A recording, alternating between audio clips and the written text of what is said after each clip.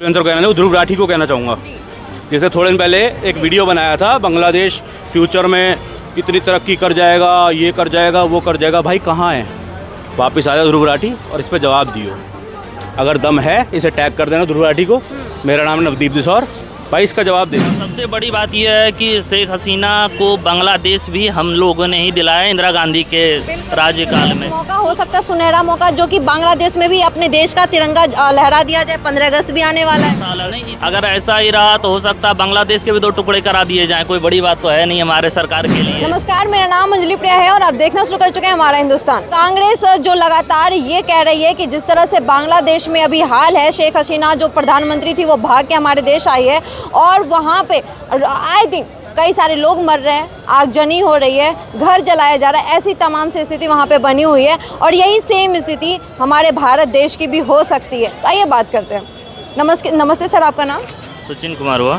Sir क्या कहेंगे, अभी जिस तरह से बांग्लादेश की स्थिति है, वहीं कांग्रेस कह रही है कि वही स्थिति हमारे भारत देश की भी होने वाली है। ये उनके सपनों में हो सकता है, क्योंकि अभी जैसा हमारा निजी कंट्री को देख के हमारे देश के युवा भी जग रहे हैं और सारे चीज़ें इतनी अच्छे से हैंडल किया जा रहा है कि लोग कभी ये चीज़ के बारे में सोच नहीं सकते। इवन हमारे योगी जी ने यूपी में पूरा साफ साफ हर जगह बोले कि आप अपने नाम से करें, सारा चीज़ को जागरूकता फैलाया जा रहा है। तो मुझे नहीं लगता कि कोई भी समुदाय, मैं किसी को टारगेट नहीं करता, लेकिन ऐसी चीज़ स्थिति ला के खड़ा कर सकता है जिसके भारत का विभाजन हो।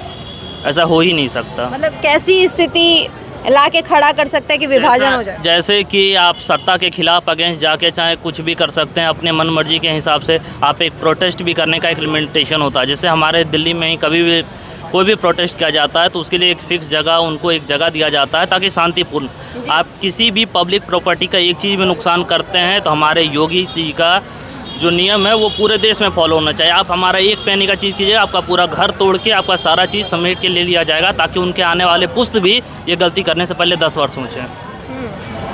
अच्छा, ये बताइए, जो हमारे देश में ये कहीं ना कहीं विपक्ष के जितने भी नेता हैं उनमें से कांग्रेस के ये सब बोल रहे हैं कि भाई हमारे देश का भी ये हाल होने वाला है। तो मैं उनके लिए एक और बात कहना चाहूँगी कि भाई पहली बात तो ये जिस बांग्लादेश से वो कंपेयर कर रहे हैं, वहाँ पे हमारे देश इतनी मतलब स्वतंत्रता नहीं है। जैसे अगर हम बात करें तो हमारा देश धर्मनिरपेक्ष देश कहलाता है।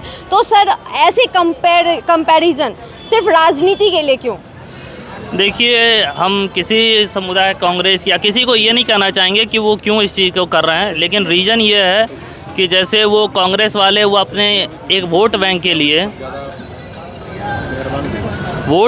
के लिए वो इन सारी चीज़ों का शब्द का इस्तेमाल करते हैं। और कुछ लोग जो हैं जो उनकी चीज़ों में, बातों में आके, उनके झांसों में आके इस चीज़ों को परफॉर्म करते हैं और बाद में उनकी फैमिली से लेके हर चीज़ों को, हर लोगों को भुगतना पड़ता है। और इस चीज़ के वजह से और इन सारे प्रॉब्लम्स की वजह से वो लोग बहुत ज़्यादा अपने फैमिली से लेके हर पूरे समाज को ट्रबल में पहुंचाते हैं। और उनके अगेंस्ट जब सवाल उठाए जाते हैं तो कहते हैं कि हम गलत नहीं हैं, कुछ लोगों को, पूरे समुदाय या किसी को नहीं देना चाहिए।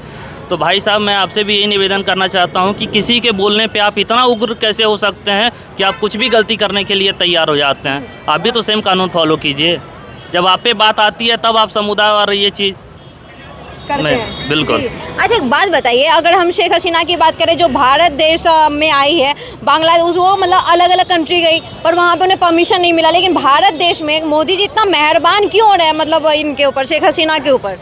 देखिए, हमारा देश शुरू से ही सबको मदद करने के लिए हमेशा तैयार रहता है और ख़ास रहे हमारे पड़ोसी मुल्क की, तो इसलिए हम हेल्प करना चाहते हैं। क्योंकि आइंदा फ्यूचर में कभी हमें ज़रूरत पड़ी, कभी कुछ भी ज़रूरत पड़ता है तो हमें बांग्लादेश से भी हेल्प मिलता है। वहाँ पे सबसे बड़ा अस्पताल हमारा चलता है। अच्छा। सारा चीज़ हमारे द्वारा फैसिलिटी प्रोवाइड, इवन उन्हें हेलीकॉप्टर ने हमने दिया, सारा चीज़ हम देते हैं। और सबसे बड़ी बात यह है कि शेख हसीना को बांग्लादेश भी हम लोगों ने ही दिलाया इंदिरा गांधी के राज्यकाल में। वो तो पाकिस्तान का हिस्सा था अलग। अगर ऐसा ही रहा तो हो सकता है बांग्लादेश के भी 2 टुकड़े करा दिए जाएँ। कोई बड़ी बात तो है नहीं हमारे सरकार के लिए। मतलब कि अच्छा, एक और बात बताइए, जैसे आपने कहा कि बांग्लादेश के भी 2 टुकड़े हो सकते हैं, ये अच्छी बात कही इन्होंने, क्योंकि जब सांसद बना था, मैं आपको याद दिला दूं, पार्लियामेंट बनने के बाद एक अखंड भारत का तस्वीर लगाया गया था पार्लियामेंट में। तो क्या लगता है सर कि ये एक मौका हो सकता है, सुनहरा मौका, जो कि बांग्लादेश में भी अपने देश का तिरंगा लहरा दिया जाए? 15 अगस्त भी आने वाला है। नहीं, इतनी जल्दी ऐसे तो ये पॉसिबल नहीं हो सकता। ये एजुमिनेशन कर सकते हैं हम लोग, लेकिन जो ट्रूथ और डार्क रियलिटी है कि जहाँ जहाँ पे जब भी अत्याचार बढ़ेगा उसका समाधान किया जाएगा, चाहे जिस रूप से किया जाए।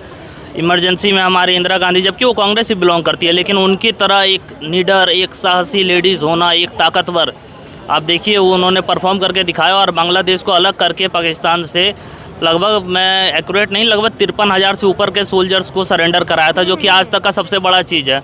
तो हम मानते हैं कि भारत पहले भी सक्षम था, अभी भी सक्षम है, बस हमारी योग्यता को वर्ल्ड लेवल पे लोग उतना नहीं जानते हैं, वो अलग बात है। नहीं, आप तो दुनिया भर में डंका पीट रहे हैं अपने नरेंद्र मोदी पीट रहे हैं, लेकिन हमारे देश के हर युवा पीटें तो ज़्यादा अच्छा है। युवा नहीं पीट रही है क्या? युवा पीट रही है। मेरा कहने का मतलब है कि जिस देश को हम लोग जिस ऊंचाई पे पहुंचाना चाह रहे हैं, अगर वहां पे पहुंचाए तो अच्छी बात है ना। जैसे आपने बोला कि बाकी मुल्क उनको हेल्प नहीं कर रहा, बाकी सब कुछ नहीं कर रहा, हम सबसे आगे आ रहे हैं। कोविड के टाइम हमने सबसे ज़्यादा मेडिसिन इक्विपमेंट पहुँचवाया।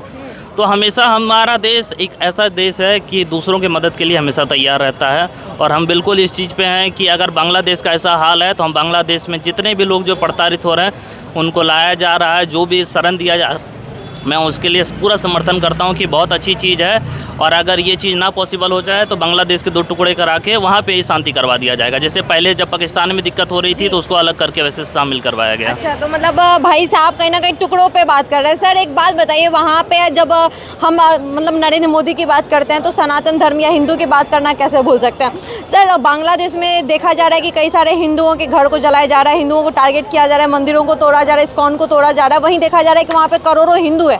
तो क्या लग रहा है कि क्या आपको लग रहा है कि सरकार को बचाना चाहिए उन्हें, क्या सरकार को उन्हें अपने देश में लाना चाहिए? मैम आपके इंटरव्यू स्टार्ट होने से पहले कहा था कि मैं किसी समुदाय के ऊपर बायस नहीं होना चाहता हूँ। ये चाहे वो हिंदू है चाहे वो मुस्लिम है, लेकिन गलत हो रहा है उनके साथ तो स्टैंड लेनी चाहिए। उसके लिए चाहे टुकड़े करने पड़े, चाहे कुछ भी करना पड़े, ये सबसे इम्पोर्टेंट होता है। मानवता होना चाहिए। कहीं भी सीरिया में होता है कुछ, हमारे देश में शोक मनाते हैं हम लोग। कहीं कुछ दिक्कत होता है, हमास में होता है, तब भी हम मनाते हैं। लेकिन हमारे देश में कुछ लोग ऐसे हैं जिनको सिर्फ एक पार्टिकुलर समाज के तौर पे ही देखते हैं, तभी उनको बोलना होता है। मेरे लिए कभी ऐसा नहीं है कि सिर्फ हिंदू को हो रहा है तभी आप आवाज़ उठाएं। मुस्लिम के साथ अगर मानव के साथ कुछ भी गलत हो रहा है, चाहे वो किसी भी धर्म से बिलोंग करते हैं, उनके लिए स्ट्रिक्ट और सख्त कानून का, और जैसा भी हो, जिस भाषा में वो समझे उस भाषा का पालन करना चाहिए और उसको वैसे ही समझाना चाहिए। अच्छा सर, एक बात बताइए, लास्ट सवाल है आपसे कि जिस तरह से आपने कहा कि मानवता पहले होना चाहिए, उसके बाद ये धर्म की चीज़ें होनी चाहिए। सर वहाँ पे जिस तरह से अभी आरक्षण के ऊपर बात उठी थी, सारे बच्चे प्रोटेस्ट कर रहे थे, स्टूडेंट प्रोटेस्ट कर रहे थे, और जब बांग्लादेश से वहाँ की प्रधानमंत्री भाग के हमारे देश आती है तो देखा जाता है कई सारी ऐसी तस्वीरें सामने आती है जहाँ पे कई सारे स्टूडेंट उनके घर में घुस के उनका सामान उठा के बाहर लाते हैं। तो क्या लगता है, वो स्टूडेंट वाकई में स्टूडेंट है या फिर कोई टेररिस्ट है? ना वो स्टूडेंट है ना ही वो टेररिस्ट हैं। वो पूरा बांग्लादेश का वो दिखाता है कि आपने अपने समाज को किस तरीके से सींचा है। जो आपने फल लगाया आखिर में आप ही को भुगतना पड़ेगा। आप अगर एजुकेशन सिस्टम अच्छा नहीं करोगे, खुद में अपने देश में सारा चीज़ बिल्डअप क्वालिटी नहीं लाओगे, खुद फैक्ट्रीज नहीं लगाओगे, हमेशा डिपेंडेंसी बढ़ाओगे, तो डिपेंडेंसी तो हमेशा वही दिक्कत करती है। जब भी कोई मुड़ेगा आपको सारा चीज़ फेस करना। सेम हाल हमारे अफगानिस्तान का हुआ, अभी बांग्लादेश का है, श्रीलंका भी उसी का भी। वहाँ लगभग मैं अभी कुछ टाइम पहले ही वीडियो देखा, 200-300 यूनिट बिजली का बिल उन्होंने 3,000 भरना पड़ता है। जो बाइक आप यहाँ 1 लाख में लेके घूम रहे हैं उनको वहाँ पे लगभग 5 लाख 6 लाख पड़ रहा है। तो ये सारा चीज़ दर्शाता है कि जब तक आप आत्मनिर्भर नहीं बनते, अपने आप पे डिपेंडेंट नहीं बनते, आपको दिक्कतें आएगी। चाहे आप कुछ भी कर लो, आपको प्रॉब्लम फेस करना पड़ेगा। तो इसमें मैं उस बच्चे को या कुछ को नहीं कहूँगा कि वो गलत है, क्योंकि उनको उस टाइप का एजुकेशन दिया गया कि भाई तुम आरक्षण के लिए लड़ो, अगर नहीं कुछ मिलता तो लड़ने लग जाओ। हमारे देश में भी तो बहुत सारा आरक्षण ख़त्म किया गया। यहाँ जामिया इस्लामिया कॉलेज का भी बहुत सारा चीज़ छीन लिया गया।